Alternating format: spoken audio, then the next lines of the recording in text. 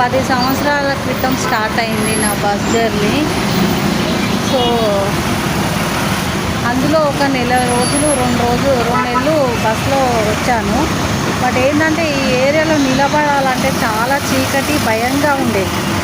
ఆ భయంతో నేను బండి తీసుకున్నాను. సో అలా 3 బండ్లు మారాను. 3వ బండి నన్నే మార్చేసింది.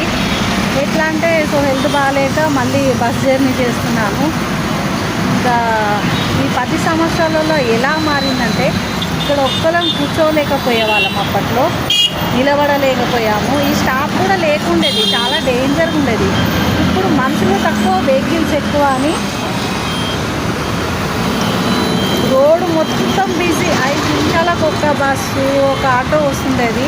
ఇప్పుడైతే ఫుల్ క్రౌడ్. ఏ అర్ధరాత్రి అయినా ఇక్కడ నిల్చోవచ్చు అనే ఒక ధైర్యం ఉంది. భయం